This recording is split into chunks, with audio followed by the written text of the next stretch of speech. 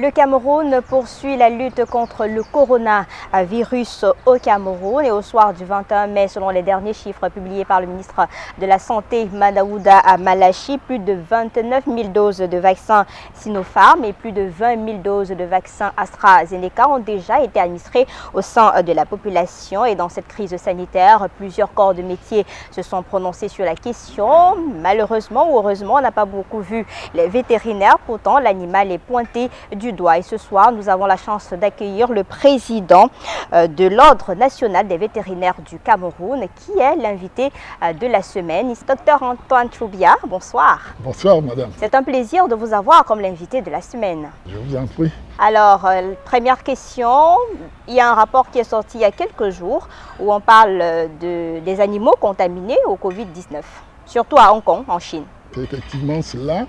Je pense que c'est au cours de l'année dernière, un chien a été testé positif à la Covid-19.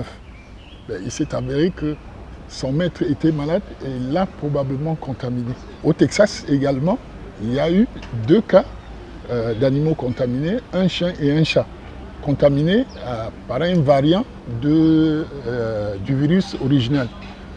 Et dans ce cas précis également, leur maître était contaminé. Vous êtes d'accord avec nous finalement que l'animal est donc au centre de ce Covid-19 et pourquoi est-ce que vous, de l'Ordre national des vétérinaires, vous ne vous êtes pas prononcé sur la question? Nous sommes dans un domaine scientifique bien précis et on ne peut parler que de choses avérées.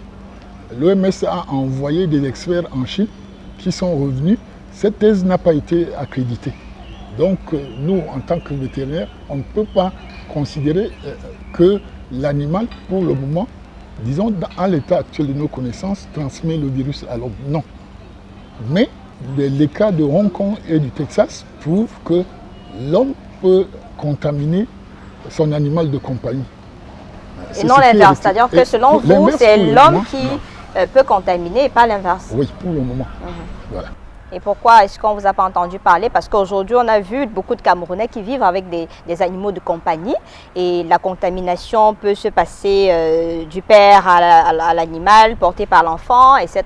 Je voudrais vous dire, madame, bien avant l'arrivée de cette pandémie dans notre pays, alors qu'elle battait déjà son plein en Europe et en Asie, notre chargé de communication a sonné, on pourrait dire, l'alerte relativement à cette maladie. Malheureusement, cette alerte est passée inaperçue parce qu'on se trouvait en période électorale. Juste après la déclaration de l'état de pandémie dans notre pays et le 27 avril 2020, le Conseil de l'Ordre national des vétérinaires du Cameroun s'est réuni en session ordinaire, à l'issue de laquelle un communiqué avait été publié à l'attention des médecins vétérinaires qui leur rappelaient ceci, qu'en plus des mesures barrières prescrites par notre gouvernement, il fallait que nos confrères et consoeurs respectent l'article 43 de notre code de déontologie qui nous confère le rôle de garant de la santé publique. On a vu pour la santé humaine des centres sur le terrain, des campagnes de sensibilisation, des tracts, des messages télévisés. Vraiment, on a vu les équipes descendre sur le terrain. Est-ce qu'à votre niveau, vous avez fait la même démarche pour la santé animale? Parce qu'aujourd'hui, quand même, si on a des chiens et des chats qui sont testés positifs au Covid-19, ça dit que ça pose un réel problème. D'abord, madame, je pense, n'exagérons rien, puisque la littérature fait état de ces cas de Hong Kong et du Texas. Il ne nous a pas été rapporté d'autres cas pour systématiser la situation. Ça part toujours de quelque part pour se retrouver, pour que ça devienne un problème mondial. Mais il y a une recommandation forte qui est faite. Tous les malades de la Covid doivent éviter d'entrer en contact avec leurs animaux de compagnie parce qu'ils peuvent éventuellement leur transmettre le virus. Et ces animaux vont devenir des réservoirs de la maladie. Ça, nous le disons tout le temps à nos éleveurs. Voilà.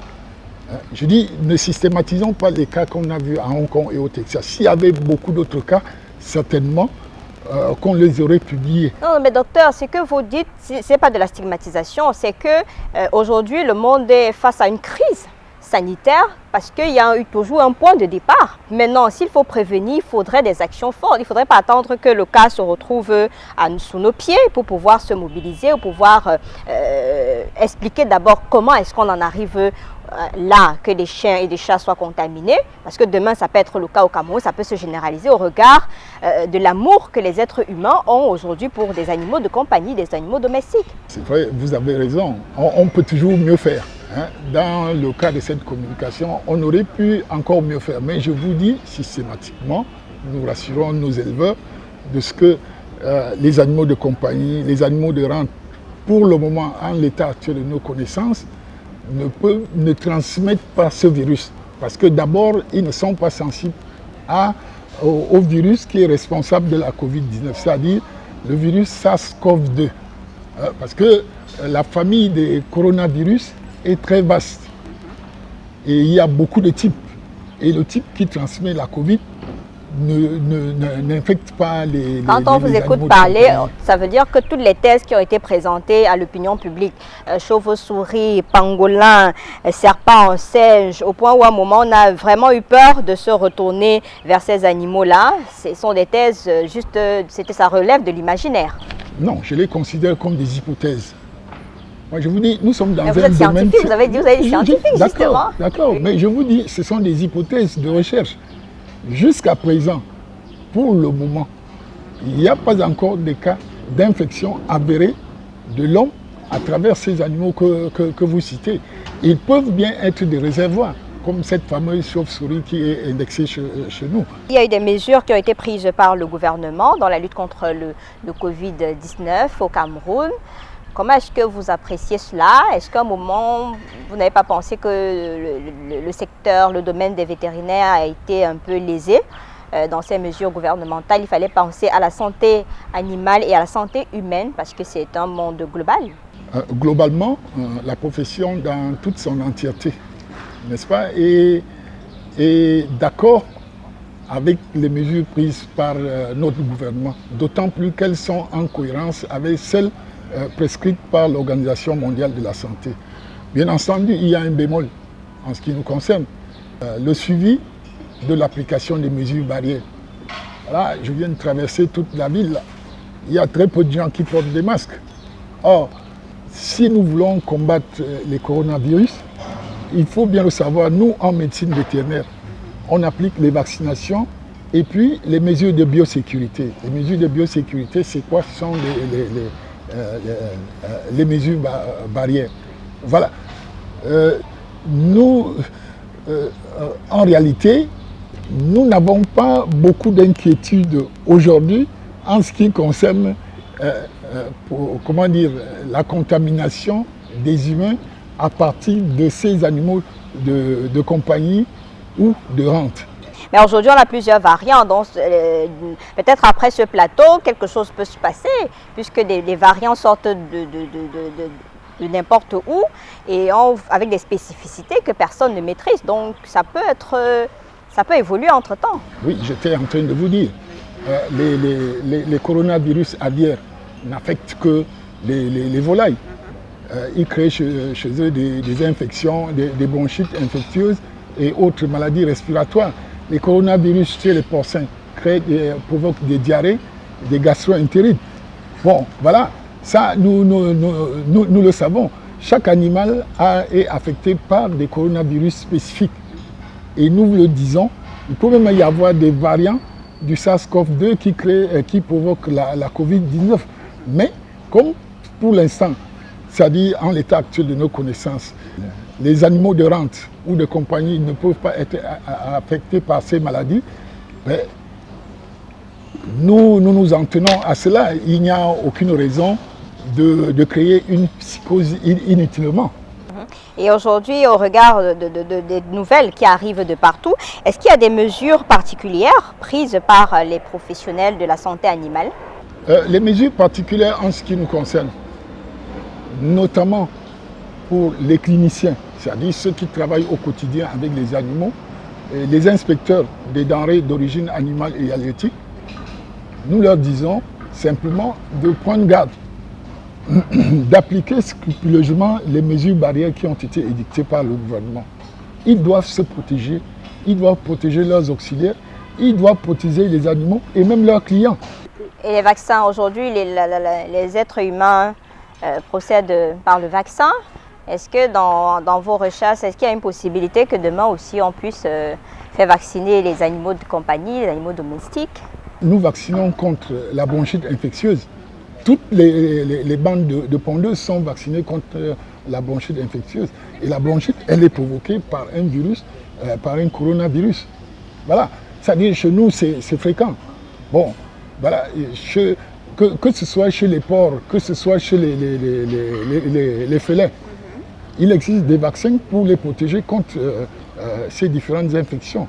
Il faudrait que l'opinion publique soit bien éclairée sur la question. Aujourd'hui, on a compris qu'avec les cas qui se passent à l'extérieur, les animaux attrapent bien les animaux peuvent attraper donc, selon vous, hein, le Covid-19. Est-ce qu'aujourd'hui, la viande, les animaux domestiques peuvent transmettre le Covid? Il existe des coronavirus pour les volailles, pour les porcins. Mais ces coronavirus ne provoquent pas la maladie chez l'homme. À propos des mesures barrières dont nous disons, c'est vrai, notre pays a pris ces différentes mesures qui sont celles prescrites par l'OMS. Mais nous, autres vétérinaires, nous sommes un peu sceptiques par rapport à une mesure prise par l'OMS et qui, oui, l'OMS demande de ne pas toucher les animaux et leurs produits.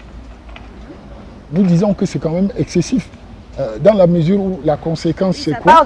Ça part de ce que je vous ai dit dès le départ, que avec tout ce qui a circulé comme information autour de la transmission, avec ce foyer en Chine, ce foyer marchand d'animaux en Chine, du coup ça a créé autre chose au sein de l'opinion publique, au point où l'OMS a préféré dire ok, autant créer la ligne rouge entre l'être humain et les animaux. Ça a des conséquences terribles. D'abord, la chute de la consommation de viande et la situation des exploitations qui produisent... on dit prévenir vaut mieux que guérir. Non, mais attendez, est-ce qu'il y a eu déjà des cas de contamination des animaux de rente et animaux domestiques vers l'homme? Je vous ai dit qu'en l'état actuel de nos connaissances, il n'y en a pas eu. Au Cameroun, mais ailleurs, il y a des articles, des publications, des scientifiques qui se prononcent sur la question. Peut-être au Cameroun, on est encore à l'abri, mais comme on est dans un village planétaire, autant mieux se sécuriser.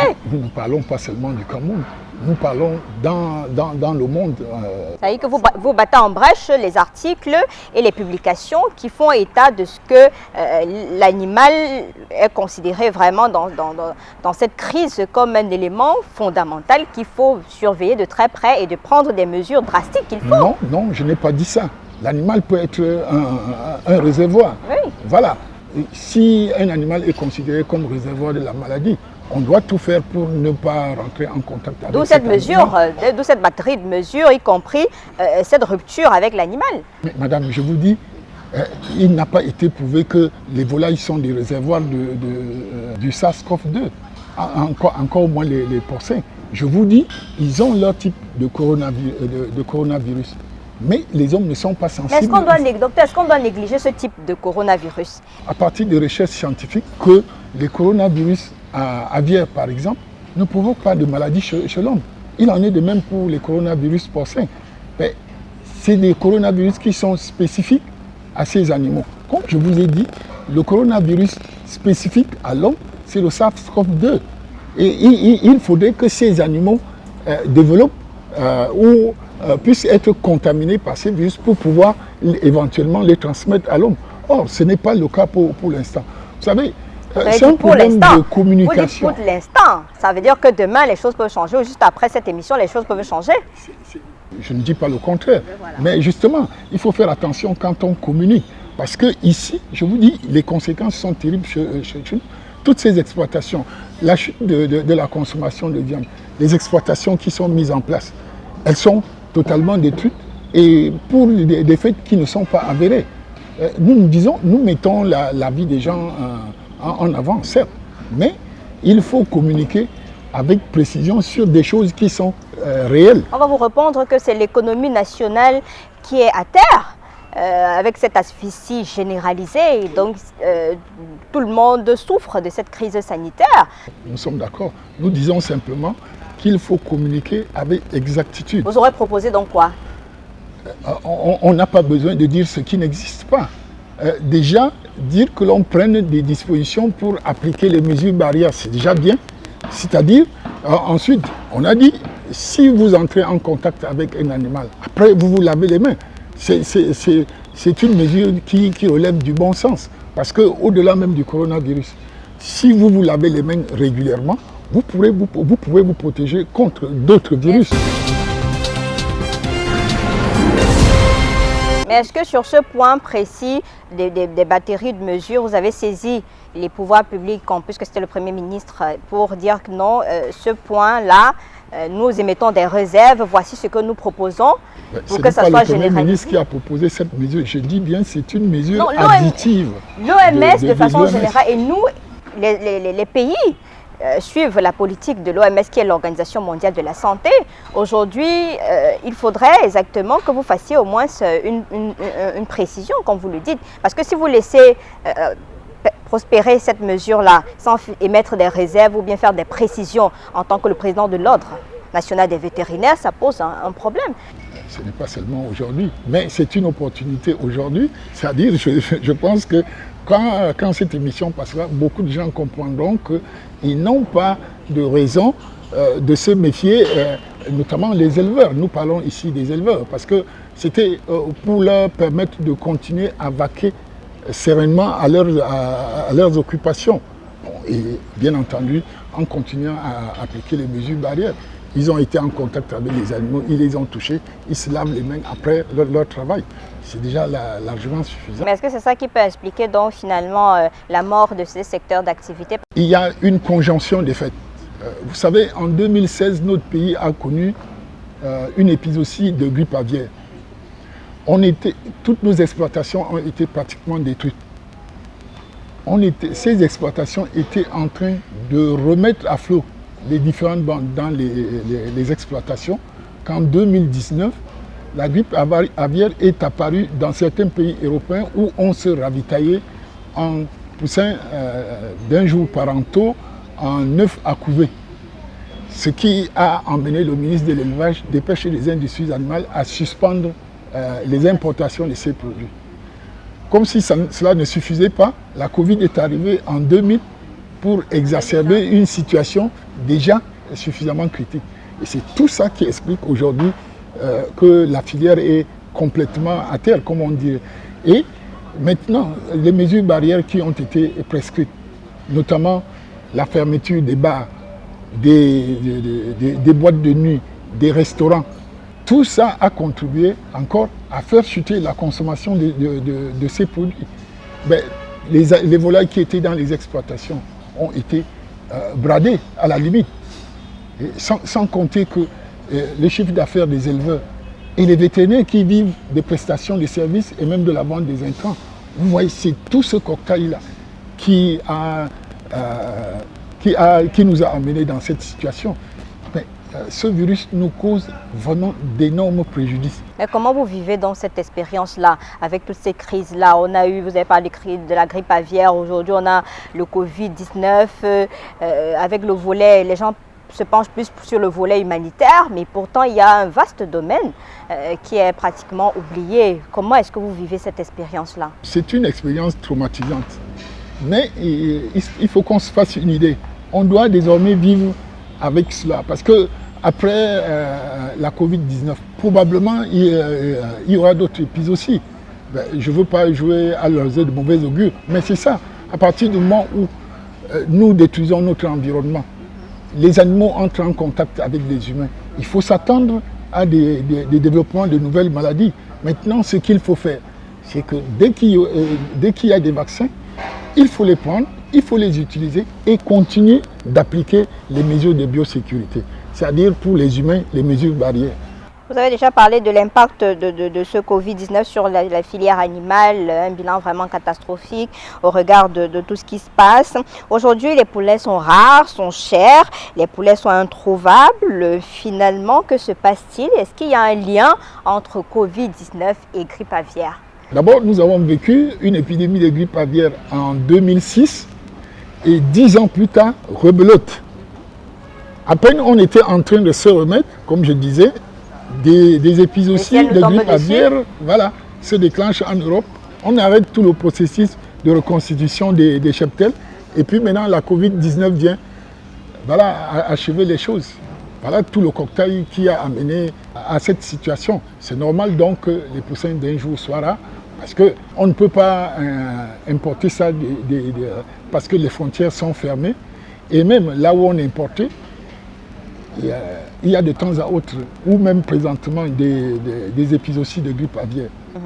Aujourd'hui, quand on est face à cette situation généralisée là, que peut le vétérinaire donc finalement pour protéger l'espèce animale? Ce que le vétérinaire peut faire, c'est toute la somme de ce que je venais de dire. Pour nous, le plus important, c'est l'application des mesures de biosécurité. Parce que ce sont les mesures d'hygiène, généralement. En réalité, les mesures d'hygiène. C'est-à-dire, dans une exploitation, les gens ne doivent pas entrer comme dans une foire. Il faut prendre toutes les dispositions, les mesures d'hygiène pour empêcher que le virus n'a pas de pieds pour marcher et entrer dans une ferme. C'est toujours les hommes qui les apportent. Alors, si les mesures de biosécurité, c'est-à-dire d'hygiène, sont appliquées, ces exploitations continueront à être indemnes. Pourquoi est-ce que ce n'est pas important la vaccination, puisqu'aujourd'hui, il y a des campagnes pour vous démontrer que la vaccination est incontournable, c'est nécessaire. Pourquoi refuser de vacciner si c'est le moyen efficace de protéger ces animaux? Pour le cas de la grippe aviaire, vacciner, c'est admettre de vivre avec le virus. Puisqu'on admet de vivre avec tous les virus qui oui, viennent. C'est admettre de vivre avec les virus. Et la seule méthode pour nous protéger, ce sont les mesures de biosécurité, c'est-à-dire les mesures barrières. Or, toutes les exploitations ne sont pas au même niveau en ce qui concerne l'application de ces mesures barrières. Et il y a une chose qui est très importante. La majorité ou l'essentiel de notre production avicole se vend dans les pays de la sous-région, c'est-à-dire le Tchad, la RCA, le Congo, la Guinée équatoriale et même le Sud-Soudan. Alors, si vous vaccinez, ça veut dire que votre pays est endémique de cette maladie. L'OMS, c'est-à-dire l'Organisation mondiale de la santé animale et l'Organisation mondiale du commerce interdisent aux pays qui sont endémiques de pouvoir importer. Voilà. Voilà. Donc vous préférez jouer un peu au chat et à la souris, c'est ça? Non, quand il y a la grippe aviaire dans un pays, on pratique à l'abattage systématique de toutes les volailles concernées. Donc manque à gagner. Voilà. Oui, ça provoque un manque à gagner, mais c'est le moindre mal. Et après avoir détruit tous ces cheptels, la zone est indemne, mais on peut recommencer. Mais alors, vacciner, comme je vous dis, c'est accepter de vivre avec la grippe. Et à notre avis, ce n'est pas une bonne mesure. Parce qu'au final, nous ne pouvons pas exporter nos produits. Et nous savons que nous produisons plus que nous n'en consommons. Et la plus-value va à l'étranger. Alors, on arrive déjà presque au terme de cet entretien. Vous avez célébré la journée mondiale des vétérinaires il y a quelques jours, c'était pratiquement le 24. Alors, le thème, c'était quoi? Il y a forcément un message du président de l'Ordre à l'endroit des vétérinaires dans les 10 régions du Cameroun pour leur dire exactement ce qu'il y a de faire dans un contexte de crise comme le nôtre. Le thème exactement, c'était la réponse des vétérinaires face à la crise de la Covid-19. Pourquoi un thème pareil et quel était le message adressé? Parce qu'il y a certaines personnes qui m'ont demandé, quand j'ai décidé de vous recevoir, en quoi cela concerne le coronavirus. Et vous avez un thème qui était justement lié au Covid-19. C'était quoi le message? La journée mondiale vétérinaire est instituée depuis plusieurs années. Et l'objectif, c'est de magnifier le travail que les vétérinaires font tout le temps. Dans le cadre de la Covid-19, malgré toutes les perturbations que cette maladie a créées, le vétérinaire a toujours continué à faire face et à jouer son rôle de leader en matière de santé publique. Voilà. C'est-à-dire, ce jour, on devait ressortir tout ce travail qui est fait. C'est-à-dire, notre travail dans le cadre de cette santé publique, c'est la prévention et la lutte contre les zoonoses, c'est-à-dire les maladies transmissibles de l'animal à l'homme. Mais est-ce qu'aujourd'hui, vous pensez que vous êtes suffisamment reconnu à votre juste valeur en tant que vétérinaire? Parce qu'on a l'impression qu'on déploie les moyens pour la santé humaine et vous êtes un peu lésé. Bon, nous n'avons pas beaucoup de raisons de nous plaindre. En ce qui concerne notre pays, nous avons, le gouvernement a créé 2 écoles publiques, c'est-à-dire à Gaoundéré et à Boya. C'est déjà une reconnaissance de l'importance de cette profession. Vous qui représentez toute cette corporation et qu'on est en plein dans la crise avec les dégâts que vous avez évoqués au cours de cette émission, s'il y avait un dernier message à l'endroit de tous ces vétérinaires et même les pouvoirs publics aujourd'hui, puisqu'on a la chance de vous avoir, ce serait quoi? Au concert des confrères, j'aimerais dire il faut continuer à se protéger, à protéger nos patients, protéger nos clients, protéger notre entourage. Parce que ce faisant, nous préservons les vies humaines et celles de nos animaux. Aux populations, même vaccinées, nous conseillons, n'est-ce pas, de continuer à respecter les mesures barrières. Et vous avez insisté que les chauves-souris, pangolins, serpents ne sont pas de réservoirs. Ah non, je n'ai pas dit ça. Je dis ils sont des réservoirs. Mais je ne vois pas... Jusqu'ici, rien n'est prouvé que c'est eux qui transmettent. Voilà. Il faut être clair là-dessus. Voilà, c'est ça. Docteur Antoine Choubia, merci d'avoir répondu aux questions de l'invité de la semaine. C'était un plaisir de vous avoir. On espère que ce ne sera pas la dernière. Et il faudrait penser de communiquer de temps en temps pour permettre aux téléspectateurs de savoir, de maîtriser ce que vous faites sur le terrain. Parce qu'aujourd'hui, nos enfants aiment dormir avec des chats, des chiens, des chèvres, des cabris. Donc c'est très important que de temps en temps, des conseils pratiques. C'est vrai que ça se fait déjà dans l'émission de Canal Matin. Donc c'est très important que vous soyez là de temps en temps pour rappeler ce qu'il y a lieu de faire. Oui, mais je voulais vous dire, dormir avec les chiens, chats et cabris, c'est déconseillé. Voilà, non, nos petits-enfants, nos petits bouts de chou adorent porter des chats pour le lit. Mais par les temps qui courent, il vaudrait mieux éviter cela. Nous le disions dans notre entretien. Docteur Antoine Choubia, merci d'avoir accepté cette invitation. Je rappelle que vous êtes le président de l'Ordre national des vétérinaires du Cameroun et vous venez de célébrer la journée consacrée à ce corps de métier avec une thématique qui était liée à la prévention du Covid-19. Mesdames, Messieurs, merci de nous avoir regardés. J'aurai le plaisir d'être des vôtres la semaine prochaine avec un autre invité, certainement. Bonsoir.